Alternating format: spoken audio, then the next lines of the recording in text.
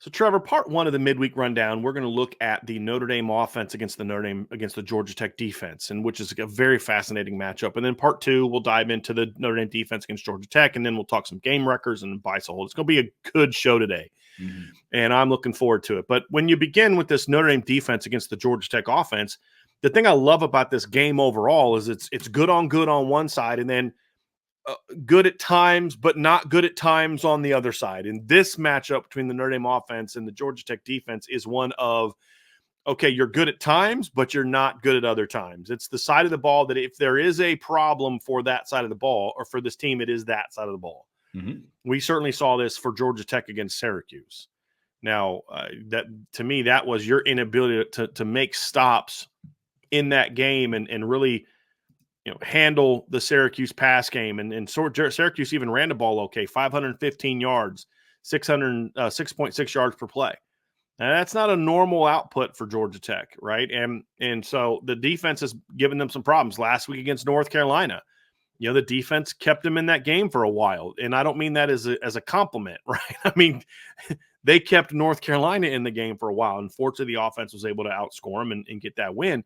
For Notre Dame, it's been sort of the opposite. At times when games have been more competitive and when they lost to Northern Illinois, defense didn't play great, but they held the opponent to 16 points. Yeah. That should be enough to win football games, right? And so, you look at it and say your offense has got to step up and make more plays, right? And that's true on both sides of the ball, which makes this a very fascinating matchup.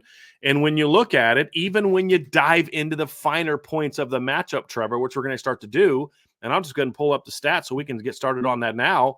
Even within the deeper dive into the matchup, it's the same thing. It's good on good and not very good on not very good, right? So the one thing Notre Dame does well on offense is run the ball. The one thing Georgia Tech's pretty good on defense is stopping the run. And then neither team is great with the throwing game.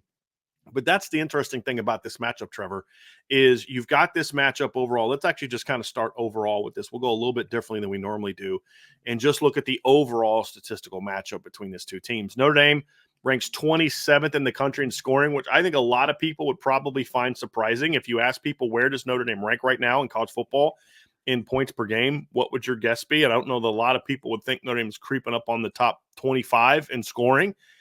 And points per game, Notre Dame, Georgia Tech ranks 48th on defense. Here's a fascinating thing about that statistic, Trevor. Notre Dame ranks 27th in scoring offense. Do you know where Notre Dame ranks against Power 5 opponents, where their offense ranks amongst all games against Power 5 only teams? Do you know where Notre Dame ranks? I don't know the exact number, but I would have to guess somewhere in the top 25 against Power 5. Third. Notre Dame has the number 3 scoring offense, and they're the number 1 scoring offense amongst Power 5 teams against other Power 5 teams. Notre Dame is scoring 42.3 points per game against other Power 5 teams because they've played 4 Power 4 games, right? They scored 23 against Georgia Tech. They scored 31 against Louisville. They scored 49 against Stanford, and they scored 66 against Purdue. Yeah. Their averages dropped down because they only scored combined 42 points in their 2 games against MAC teams. So I joked after the Purdue game that Notre Dame should just stop playing, MAC teams and just schedule only Power 5 opponents. And honestly, they would have a better record right now if that were true. But I found that fascinating. And you're now at the point where you've played 4 games, so you can't just look at the one where you got 66 against Purdue. Even if you take that one out of the equation, after this game against Stanford this past weekend, they're still scoring 34 points a game against Power 5 only opponents, and which would rank them 14th in scoring against Power 5 opponents, even if you took the Purdue game out. And the teams 1 and 2 is James Madison, and number 2 is San Jose State, but they've both only played 1 game against Power 5 teams. James Madison scored 70 against North Carolina, and San Jose State scored 52 in a loss to Washington State. I actually watched that game one night. It was late at night. That was a heck of a ball game. They've got a receiver on that team, San Jose State, who's really good. But I found that fascinating, Trevor. But Notre Dame actually has the number 3 ranked offense and scoring offense in the country against Power 5 opponents. And they've played 4, right? This is, again, they've played 4 Power 5 opponents now, which is really, really interesting. But anyway, Notre Dame ranks I feel like I caught you off guard a little bit with that one, right? Like you knew it was going to be higher because the Purdue game, but you didn't realize it was going to be third, did you? No, I didn't. I mean, that's crazy to think about. I mean, it's a fantastic stat, and I love hearing it, right? Like, I'm never going to be upset when Notre Dame ranks third in the country in anything on the offensive side of the ball. I think it just goes to tell you, like, if you go and you sit down and you pay attention to what the stats say and not necessarily what some of the narratives are, Notre Dame does have a good offense. And on top of that, it's nowhere near where it needs to be yet, which is crazy to think about. So, again, this all just feeds into why this Georgia Tech matchup is another really big matchup for Notre Dame. Yep. Yards per game, Notre Dame ranks 62nd in total offense, but they are 39th in yards per play, which speaks to field position. You're getting some short fields because of your defense. Obviously, they had a 4-yard touchdown drive against Louisville. That, for example, they had a 20-something yard touchdown drive against Purdue because your defense and special teams are giving you short fields. 39th in yards per play. Georgia Tech is the complete opposite. They rank 36th in total defense, so yards per game, but they rank 73rd in yards per play. And that speaks to what you talked about yesterday, Trevor, which is they give up a lot of big plays. Their defense ranks 82nd in the country in most plays of 30 yards or more allowed. Notre Dame ranks 38th in the country in most plays of 38 yards or more. Notre Dame's red zone offense is 46th. Georgia Tech's is 59th, so they're very similar. But Notre Dame's red zone offense from a touchdown ranking standpoint ranks 5th. So when Notre Dame does get into the red zone, they score touchdowns. They've scored touchdowns on 15 of their 18 possessions this season. And 2 of the possessions where they did not score, Trevor, so they're 16 of 18 in the red zone. The 2 drives where they did not score were both drives where the game ended with Notre Dame in the red zone against Purdue and against this past weekend against Stanford. Yeah. So Notre Dame has literally not been stopped from scoring in the red zone this season. And 15 of those have ended in touchdowns. Georgia Tech, again, 75th in red zone defense from red zone touchdown defense. Georgia Tech's a very good third down defense. They rank 28th in the country. Notre Dame's not a very good third down offense. They rank 84th in the country, 81st in the country. Notre Dame ranks 49th with 7 lost turnovers. Georgia Tech has only forced 5 turnovers in 7 games, which ranks 110th. So you look at this, Trevor, there's some stats that favor of Georgia Tech, and there's some stats that favor Notre Dame. And that's just another thing that makes this matchup very intriguing, where whose strengths carry the day in this game and whose weaknesses are improved upon enough or handled enough where they're able to thrive in those situations. And so it's going to make this matchup very, very interesting. I agree. I think when I take a look at this, one, can't agree anymore with what you just said. When I look at this stat sheet from a Notre Dame perspective, based on what I watched against Stanford and some of the improvements that were made during the Louisville game as well, Notre Dame on offense is making the necessary improvements in the areas that they have to. Like, their third down efficiency is not great overall through their first 6 games of the season. But I believe against Stanford, they had their best showing. Weren't they 6 of 8 on third down, I believe, against Stanford? So they're making the necessary adjustments. Or am I off on the 6 for 8? No. They're off. I'm going to go look at it. Their offense was their first team offense, I believe, was that way. I don't know that they finished that way overall. Okay. 6 of 11. They were, I think, 5 of 8 with their first team offense. Okay. Just remember, they got into a couple 4th down situations late in the game with the backup. Yeah. So that means they failed on those third downs and that type of thing. So, yeah. Gotcha. They were, I think, like 5 of 8, 6 of 8 at one point in time with the first team offense. Yeah. Mm-hmm. So all of those things, it is promising that the areas that we all as a fan base are wanting to see Notre Dame's offense improve, there is an emphasis on that, and it's not sacrificing where they have been good at all season, like in the red zone and yards per play and things like that. So touchdown percentage in the red zone, which I know Riley Leonard has a big factor in, that running back, that 3-headed trio that you have in the backfield attributes to their red zone touchdown percentage being so high. But I agree 100%. I mean, this is going to come down to, for the Notre Dame offense and the Georgia Tech defense, which one outshines the other from the areas where they are, quote unquote, like weaker on each side of the ball. So it's going to be really interesting to see how all of that unfolds on Saturday.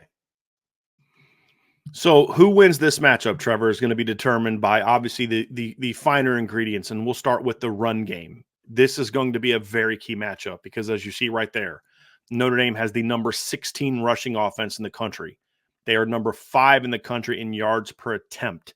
They're 12th in touchdowns. They're 18th in runs of 20 yards or more, and they're 27th in the country in tackles for loss allowed per game. Georgia Tech, on the other hand, is very good in those first 3 categories. They're only giving up 103.7 yards per game, which ranks 24th. They rank 44th at giving up 3.6 yards per attempt. They've given up only 4 rushing touchdowns all season, which ranks 12th in college football, and they've allowed 8 runs of but they've allowed 8 runs of 20 yards or more, which ranks 75th in college football, and they haven't been incredibly disruptive. They rank 70th in college football in tackles for loss per game. So the overall numbers are strong. And when you look at this Georgia Tech football team, Trevor, slowing down the run has been a big part of their success this season. They did a pretty good job of, we were talking about how good Louisville's rushing offense was early in the season. And then they went out against Georgia Tech and they struggled. I mean, Louisville coming into that game, I think they had 3 running backs that were averaging over 11 yards a carry. They had ran for 293 and 233 yards in the first 2 games. And then Georgia Tech held them to 57 yards on 27 carries and completely shut their run game down. They completely shut Duke's run game down. They gave up 74 yards, only gave up 98 yards to Florida State. And I think if I remember correctly, Trevor, like almost half that came on the opening drive of the game. Yeah. Florida State took that opening drive of the game and just ran it right down Georgia Tech's throat and could do nothing the rest of the game running the football. This has proven to be a pretty stout Georgia Tech run game, where last week's game of 201 yards against North Carolina, 5.9 yards per carry, has turned out to be a bit of an anomaly for them. And they even held Georgia State to 150 yards rushing. Georgia State beat Vanderbilt. I mean, so everybody's favorite team now, they beat Vanderbilt. And so they're not a completely terrible football team. And they ran for more yards against Vanderbilt than they did against Georgia Tech. So, there's all these things that you can point to. But at the end of the day, this game is going to be largely determined by whether or not Notre Dame can run the football, and then we'll dive into it a little bit. Can they stop the run? This matchup right here, yes, the pass game needs to be better, and but they've got to find ways to run the football, even if that means reverse engineering your game plan like they did last week against Stanford. Sure. Where you come out early and you throw it, have success throwing it, and then that softens them up, and then that opens up for some big run plays later. I'm okay with that. But that's going to be a big, big key to this game is, can Notre Dame find ways to establish the ground attack? 100%. I mean, what have I talked about all week, guys, right? Like it's about playing complementary football. And it's up here at the top where, offense is helping out the defense. And it also gets as granular as the running game helping out the passing game, right? I look at this matchup very similar to how I looked at the Stanford game last week. Because despite what the final score said, Stanford had a good rush defense. They allowed 88.2 yards per carry going into the Notre Dame game. And very similar to how what Georgia Tech did to Louisville's run game and what they did to Florida State's rushing attack after the first series, Stanford did that to Clemson. Clemson was averaging like well over 200 yards rushing a game, and then went out and rushed against the Stanford defense for 150 yards. So Notre Dame is going to have to build on that experience from last week. I love what they did with Riley Leonard in the run game and made him more of that complementary piece instead of the focal point.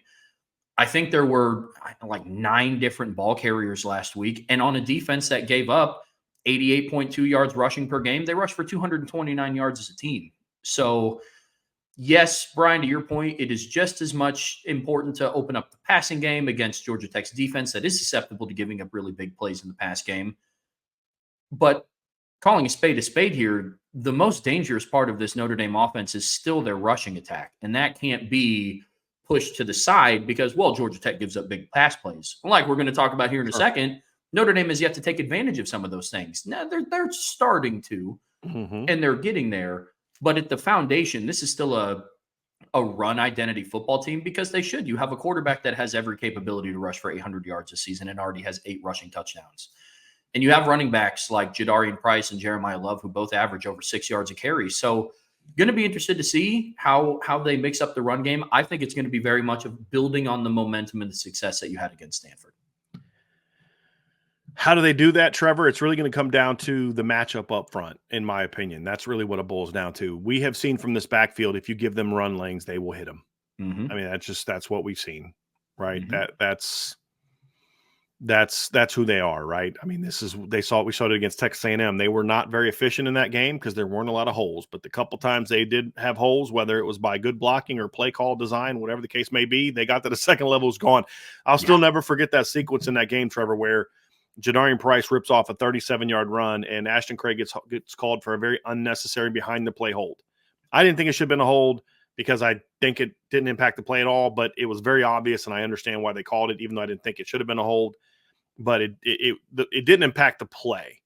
You bring it back, you're now in like 1st and 15, 1st and 20, something like that. And then the next play, you hand the ball off to Jeremiah Love, and he goes for 29. I know. You know what I mean? It just was like, all right, I don't know what we're supposed to do here. You know what I mean? So, that to me was a real big pickup. I mean, in that particular instance, it was a really good moment where they weren't going to have a lot of chances against Texas A&M to hit big plays. You have to hit them when those chances come, and they certainly did that in the run game, and we've seen that really all year. Right. This has been a really big feast or famine run game, and not because of the running backs, but because of the line. And if the line can play with some consistency, and here it's real simple, Trevor. Get a body on a body. Yep. And you're now going into game 4 of these guys playing together plus a bye. It's time for that group to start playing more consistently. It's time for Joe Rudolph to saying, hey, look, like you said it yesterday. Yeah, I get Anthony Knapp's a freshman. He's going into his 7th start, right? He needs to be getting to the point where he's improving from where he was earlier in the year. You talk about Rocco Spindler and Pat Coogan. I think they both played very well last week. They're now going into start 4 this season, and Pat Coogan's getting close to having 20 career starts. Rocco Spindler's now at 14 career starts going into this game, right? A whole season's worth. Emil Wagner, same thing. Yeah, his first year starter. He's now going into his 7th start. Sam Pendleton going to his 7th start. So while we don't expect them to look like the 2017 offensive line, playing consistently, exit from knowing your assignment standpoint needs to start happening, and it has to happen in this matchup. And if they do, the backs will hit some big plays. Riley Leonard will hit some big plays. But if they don't, then it's going to be a lot of what we've seen before, which is you're going to hit a couple big plays, but there's going to be a lot of efficiency, and your offense is going to stagnate a little bit because you are playing a much better overall defense this week than the one you played last week for Stanford. I think you hit the nail on the head there. Efficiency is key because you have a backfield right now that explosive plays are going to happen because these are 2 really dynamic running backs and a dynamic quarterback in the rushing game, right? So how can you become more efficient as an offense? And again, like I said, last week, we got a glimpse of what that efficiency started to look like. It was really nice to see. Continue to build on that. And to your point, Notre Dame has to be past that point of, well, the true freshman's at left tackle and this is a different lineup. And it's like, well, yeah, but one, look at who you're filling those voids of the injured guys with. 2 players that started the majority of last year. And this is their 4th game together now, going into their 4th game together. So it's time to really start building on that momentum. But you absolutely hit the nail on the head. Efficiency is going to be key because you have a backfield that can break anything at any given point. I mean, we saw Jeremiah Love once again beat the angle last week on his long touchdown rush because he's just that explosive. So Jadarian Price made a guy miss in the box on his touchdown run. So you just have those types of running backs. Now let's just see how you can be more efficient. 100%. Well, we've talked about this. As great of a running back as Audric Estime was, he's not scoring from 70 on that play against Purdue. No. He's not scoring from 46 on that play against Texas A&M. They're different running backs. Audric is going to be a lot more efficient just by leaning on the offensive line and literally pushing them forward, but he's not going to hit. Not that he couldn't hit off big runs, but he needed the hole open up, and then he would hit it. Where Jadarian's getting to the second level, making a linebacker miss 5 yards down the field and then taking it, 70 yards, or making a defensive tackle miss in the backfield and then taking 70 yards. But the reason he's able to make that one guy miss is because everybody else got a body on a body. And to your point, that's the key. I mean, the 25-yard now screen to Jeremiah Love is another example. It's not a run play, but it's extension of the run game. He had a guy that had a chance to tackle him 5 yards down the field, and he made a miss. That was against Stanford. Well, he did that against Texas A&M. He did that against Louisville. He did. I mean, that's who they are. To your point. And the offensive line is going to have to step up against a defensive line that has been very stout against the run. Very stout against the run, and they're going to have to play well in that regard. Let's go to the pass game, Trevor, because now this is the polar opposite of what we just talked about, right? Notre Dame ranks 108th in college football in passing offense, even with last week's performance where they had a season high in passing yards last week for Notre Dame, where they passed for 248 yards. It's kind of crazy that in game 6, your season high of passing is 248 yards. That's a little weird. Yeah. But that's where we're at. Notre Dame ranks 107th in yards per attempt. They rank 121st in yards per completion. The nice thing is because of last week, they're now finally over the 10.0 yards per completion mark. It still ranks 121st. But at least they're in double digits, baby. There we go. You know, and Georgia Tech on the opposite side of the ball ranks 83rd in passing yards allowed per game, 85th in yards per attempt, and 77th in yards per completion. So they're not very good in the passing game either.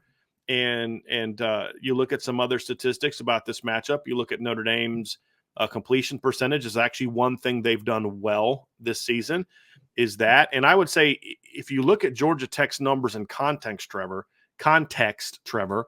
they gave up 92. They held VMI to 92 passing yards. If you take the VMI game out of the equation, an FCS team who doesn't throw the football, let me just give you their numbers after that. So that'd be 6 games.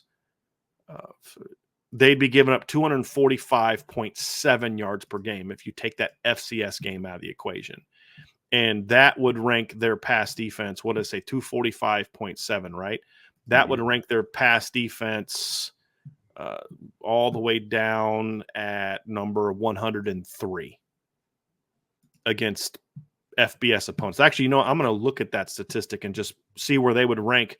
So against FBS opponents, Georgia Tech's pass defense would rank Georgia Tech 82nd in pass defense against, that's not right, against FBS opponents. They've played 6 FBS opponents, right? Let me see here. No, they have them down to 7. VMI is not a okay, that's not right. Okay, 91st. They'd rank 91st. I hit the wrong button. They'd rank 91st in pass defense if you took out the FCS game. So they're not great there either. Notre Dame does rank 44th in completion percentage and 11th in fewest touchdowns thrown. Georgia Tech ranks 90th in completion percentage allowed and 128th. They've only picked off 1 pass all year. That's the one area where Notre Dame has a bit of an advantage in this regard. Notre Dame does not have a lot of big plays in the pass game, 6 all year. They rank 100th. Georgia Tech ranks 93rd. They've given up a lot of plays of 30 yards or more. They've given up 10. Notre Dame is 52nd in sacks allowed, which is actually pretty good when you consider how many sacks Riley Leonard has made them miss. They actually have not been great protecting the quarterback. Not, and their stat isn't even, the 52nd isn't even that good, you know, but 3 of those were given up by your second team offensive line against Purdue. But your quarterback's missed, so you're not very good at it. But then Georgia Tech has only had 9 sacks in 7 games. So they're not good at generating sacks because they have big, physical, stout defensive linemen that are good against the run, but not very good at rushing the quarterback. So this is the matchup of neither of these teams are very good in this area. Who carries the day on Saturday? That's going to be the key. And for Notre Dame, especially, Trevor, this matchup on the perimeter is one where last week was the first time that your receivers started to kind of take advantage of an inferior group. I don't even think they necessarily dominated in that regard. They just played better. There's still another level they have to get to, in my opinion, if they're going to have some success in this particular matchup. The way that I look at this matchup is kind of going back to what areas are each team showing improvement, because we are kind of coming up on that time of the year where you can look at Notre Dame's passing offense as well as Georgia Tech's passing defense, and you can kind of look at it and say, okay, for Georgia Tech, you're going into your 8th game. This might just kind of be what their defense is, give or take a game or 2 here or there, right? For Notre Dame, the thing that I like and that I think somewhat favors them is each game since, Miami of Ohio, we saw an inkling of them opening up the passing game with them taking downfield shots and having their first deep passing touchdown of the season and generating defensive pass interferences. And then Louisville, it started to open up with hitting Great House early, and Riley Leonard was starting to get into a rhythm. And now I don't want to say Stanford busted the door wide open, but we are starting to see a little bit of what this offense could potentially be, right? Whereas with Georgia Tech, the way that I look at it, like there have been some improvements. They gave up over 200 passing yards to Duke, over 200 passing yards to North Carolina. Louisville, they gave up a good chunk of passing yards to, and a lot of it was after the catch. They had a couple deep shots to Ja'Cory Brooks, but Chris Bell ate them up underneath. Yeah. I mean, you said it earlier this week in the show. They went 7 of 7 or something for 100 and something yards. Yeah, like 7 completions for like 129 yards on throws between 0 and 9 yards downfield. Mm-hmm. So you kind of start looking at this matchup, and what I would look at it as is what team is showing the improvements and what team is kind of erring on the side of this might just be who they are. I think that advantage favors Notre Dame slightly. I don't want to say by a huge margin or anything, but Notre Dame is showing the necessary improvements. But based on what these stats say, Notre Dame can't go out and play a game on offense from a passing perspective that helps boost Georgia Tech's numbers, right? So it's going to have to be a game where, the passing game does have to show up and take advantage of, their yards per completion being 77th in the country, and take advantage of the fact that Georgia Tech ranks 101st in passing touchdowns allowed. So, those are all the things that I think of when I look at these two stat comparisons. Well, and last week, obviously they held North Carolina to 6.4 yards per attempt. And the week before that, they held Duke to 6.6 yards per attempt. But one thing you look at, too, is they're not playing teams that are very good throwing the football in recent weeks, in my opinion. You know what I mean? So, North Carolina ranks in the 70s, I believe, in pass offense. And the only reason they rank in the 70s is because they had like something insane, like 450 yards in a game against James Madison, where they lost 70-50. I mean, they had 105 against Minnesota, 183 against NC Central, 269 against Pitt, but they threw the ball 45 times in a loss. Like, they're not a very good passing team. Right. Duke ranks 60th in the country in passing offense. And you know what I mean? So it's not like they're going out there lighting the world on fire. And Duke's success is driven by a 10.3 yard per attempt average against Middle Tennessee. And they threw for a season high 291 yards in a win over Elon, an FBS team. So again, if you look at what teams have done against FBS only opponents, Duke ranks 59th in passing yards. North actually helps if I would spell it correctly. North Carolina ranks 38th, driven by that game against South Carolina or against James Madison. So again, you go through it and you're saying, well, they're not exactly locking down teams that throw the football incredibly well. You know what I mean? And so, Georgia State's pass offense is pretty good, but they didn't have a ton of success, but they're an inferior opponent talent-wise. Florida State didn't have a whole lot of success throwing the football. Their pass offense stinks, if we're being honest about it. So, they rank 75th against FBS teams in passing. So they had the one team they played that's a really good team throwing the football is Louisville. Mm-hmm. And Louisville passed for 269 yards. Well, you can say, well, Brian, that's the same exact number of yards that Louisville had against Notre Dame, isn't it? Right? Isn't that almost identical to what they did against Notre Dame? And I say, well, Notre Dame held them to 264, so 5 fewer attempts, but 5 fewer yards. But here's the difference: Louisville threw 19 passes against Georgia Tech. They threw 41 against Notre Dame. So it took them 22 more passes, and they still had 5 fewer yards than what Notre Dame allowed in that game. So if you think about that, they averaged 14.2 yards per attempt, a season high against Louisville. Against Georgia Tech, against Notre Dame, they had a season low 6.4 yards per attempt. Right, that's the difference, and so and then of course Syracuse threw the ball all over them. I mean, Syracuse lit them up, but that's what Syracuse does, though, right? I mean, if we're going to be talking about context, I mean that's what Syracuse does. Syracuse kind of does that to everybody, right? I mean, they just throw for a bunch of yards, and 381 yards. They threw the ball 46 times to get there, but they were at 8.3 yards per attempt, and they threw 4 touchdowns in that game. Right. So, when you look at it, that's right in line with what they've done against everybody else. Is actually their second best yards per attempt average of the season for Syracuse, and only behind Ohio. So even though it was actually their second best passing attempt, but Syracuse has been over 300 yards in every single game this year, passing the ball. Their lowest passing yardage total of the season is 339 yards against Stanford. That's their lowest total of the season. And Kyle McCord on the season in 6 games has 19 touchdown passes and 6 interceptions, and he's thrown for over 2,000 yards already this season. He's ranks third in the college football in passing yards, and one of the people ahead of him is Jackson Dart, who's played 7 games, and Kyle McCord's only played 6, right? But they throw the ball a ton. He also leads the nation by 32 in pass attempts. Mm-hmm. So again, the 2 teams that are good at throwing the ball threw the ball really well on them. Well, Notre Dame's not good at throwing the ball. So which one will Notre Dame be? Will they be like the Dukes and the North Carolinas, or do they step up and the O-line gives them time to throw and Riley Leonard makes good decisions and the receivers finally step up and start making big-time plays? Like I want to see Bo Collins come down with one of those slot fades where it hits off of his hands, where the one-handed catch he tried to make against Miami, Ohio that he dropped, those type of things. I want to see Chris Mitchell finally turn the afterburners on and make a big play. I want to see Jaden Greathouse go off. I want to see that happen. And these 2 games we talked about against Stanford and Georgia Tech are games where you kind of got to go off. And 248 yards passing is nice, but I'd like to see them just kind of have a game where they really rip a team up throwing the football.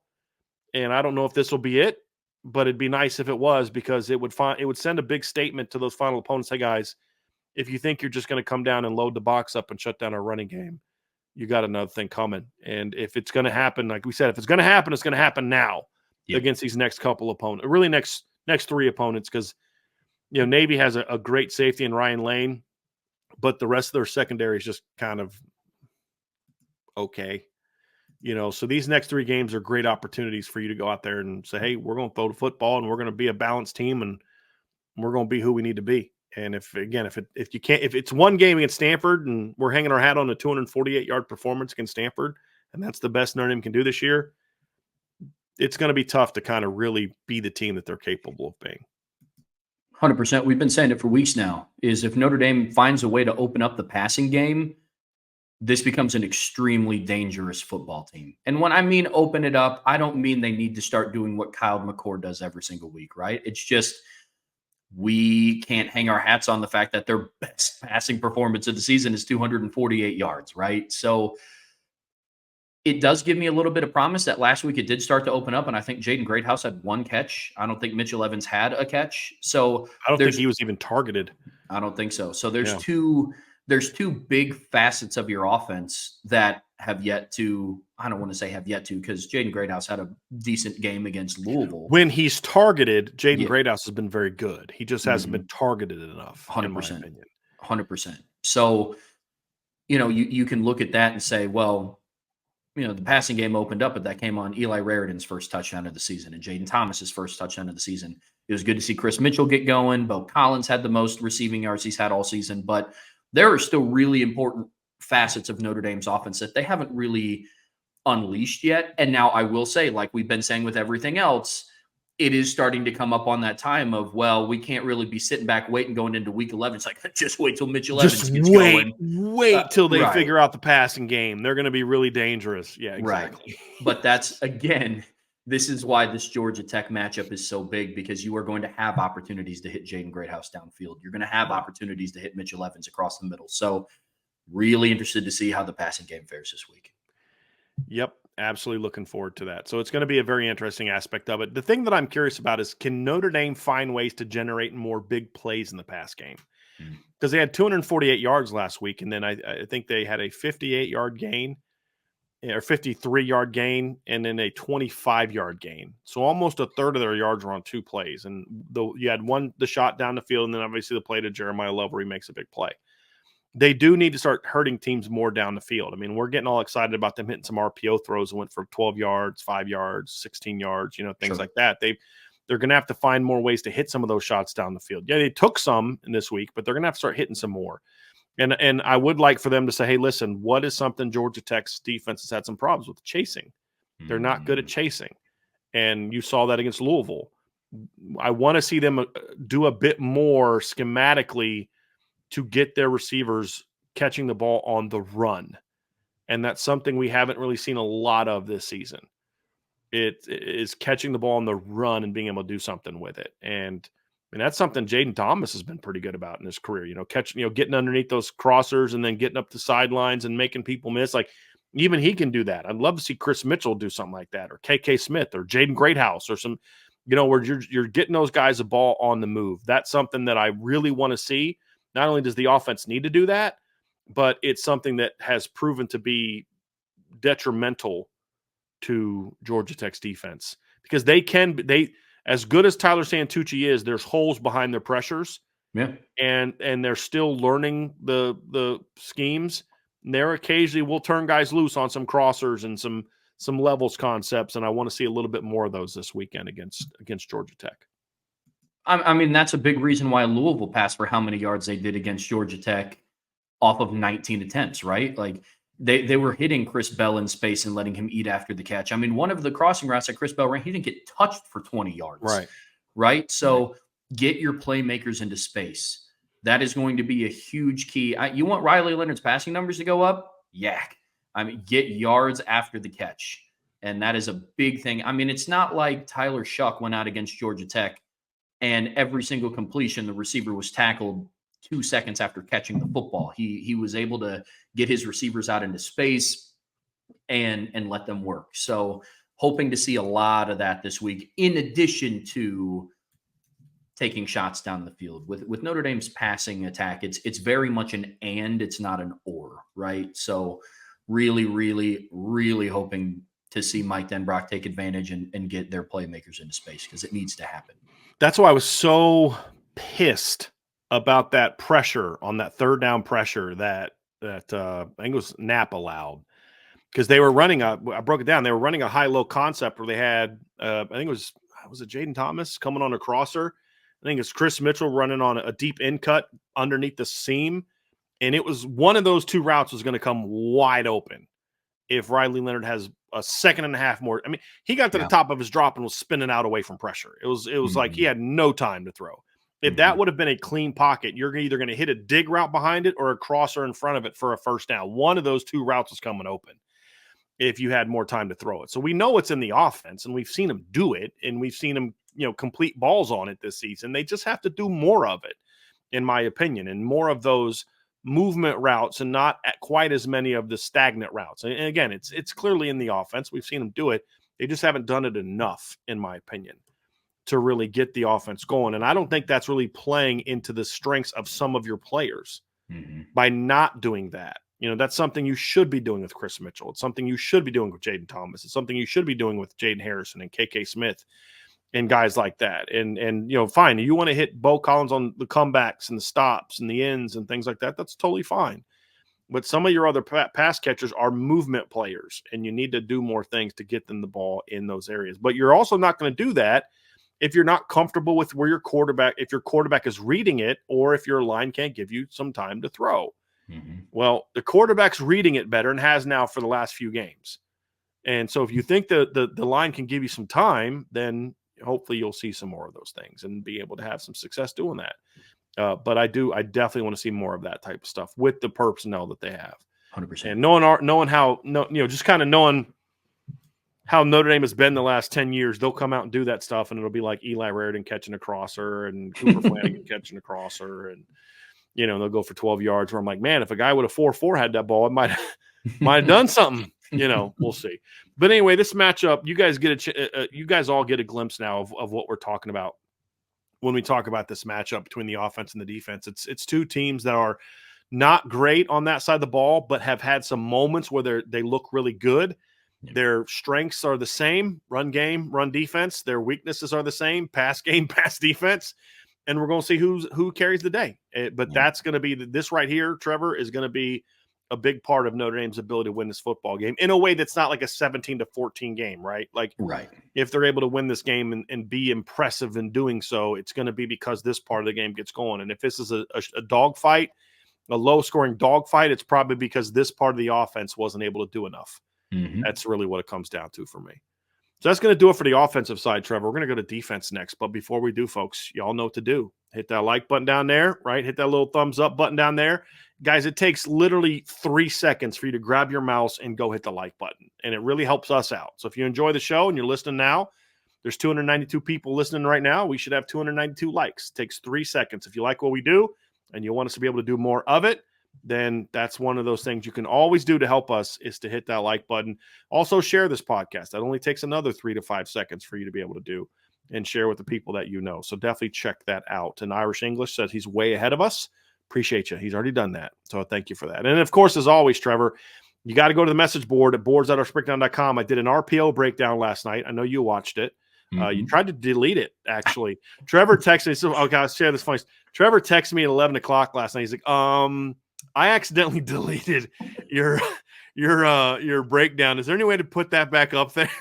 I was like, dang, if you didn't like it, dude, you just could have not said anything. You didn't have to delete it. But he's still learning how to moderate the board. But unfortunately, I was able to get that sucker back up there. But you can only do that if you're a premium member. So it's about a 15-minute video breaking down. Actually, is it 15? It might have been less than that. I'm sorry. I'll have a run game video coming up later tonight where I'll break down what Notre Dame did in the run game that I liked and some of the areas where they still need to continue to improve. And I'll also have the run game statistical breakdown on there as well, which talks about the efficiency. They were over 50% in this game, Trevor, which is solid against the Stanford defense, but still not good enough. So we'll get those in there as well. But that's for premium board members only, and you can find that. You see the scroller below at boards.irishbreakdown.com.